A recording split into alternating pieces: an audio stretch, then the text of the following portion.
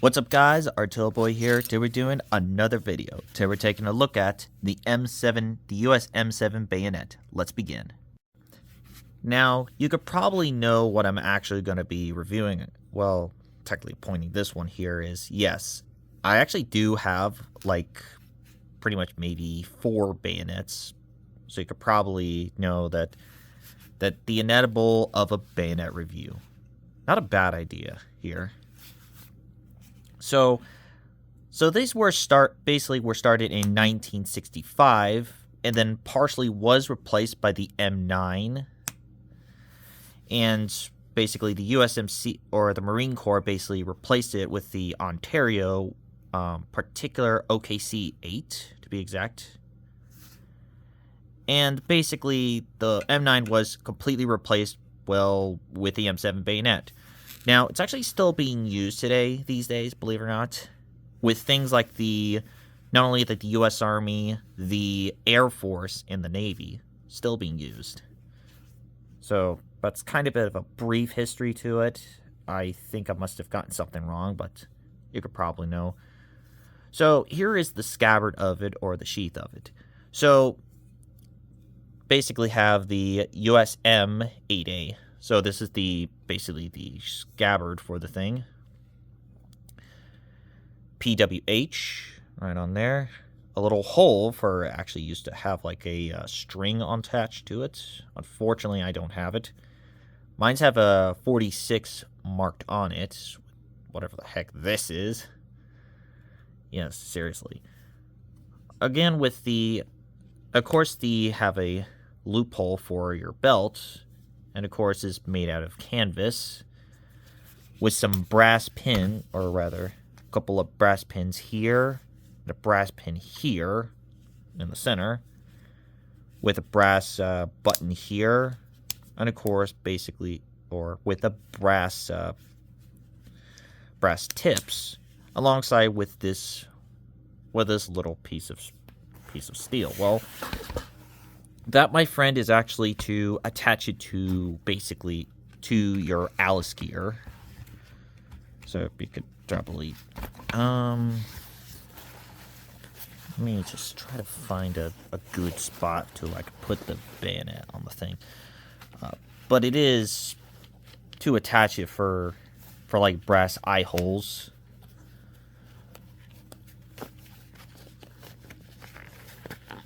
Something that's similar to this here. Let's put this here.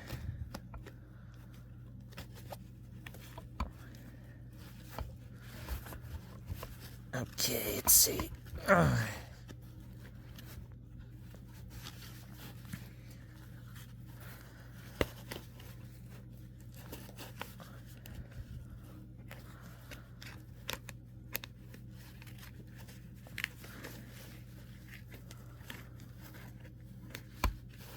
Yeah, something similar to this here.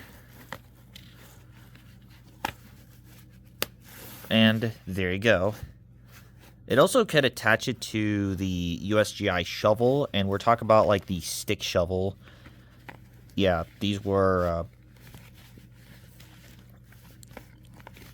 that type of system was, I think, in World War I or World War II, where they do that whole eye hole thing.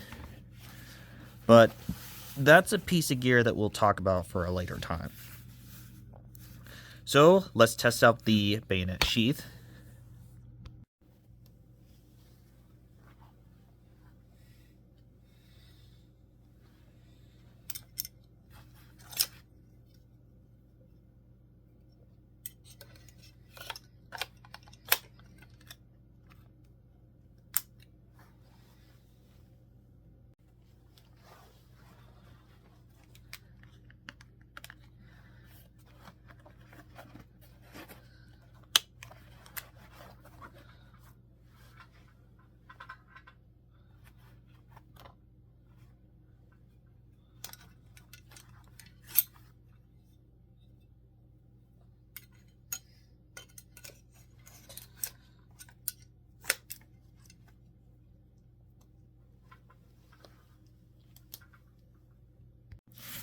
And now let's get to the blade itself. So as you could probably know, this this whole blade is made out of 1095 carbon steel. You got the hole to actually attach to the M16 or M4. This one right here is now on top of the guard. It actually has markings on it. It says US M7, and this one says BOC. I think has a BOC etched on it, engraved on it. Of course, you got for the lug of it, because, the M16 actually has attached to it, to attach it to it. Also, we'll have, basic of, the entirety of diamond black plastic on this. Of course, you can disassemble it with the flathead screwdriver to disassemble it. And the tang itself, by looking at the exploded picture of it, or rather how it disassembled, it actually is the full tang is right in here, which that is basically what it is. So the size on the M7 bayonet. So the blade itself is around about of 6 3/4. Meanwhile, for the handle on this is around about a 5-inch, basically 5 inches. Meanwhile, for the overall size is around about nearly to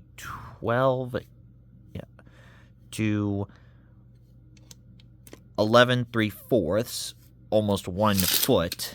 So let's get to the size comparison.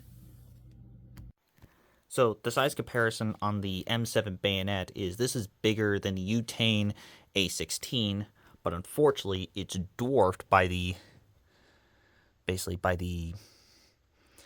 D2 Extreme copy. So let's test this bad boy out.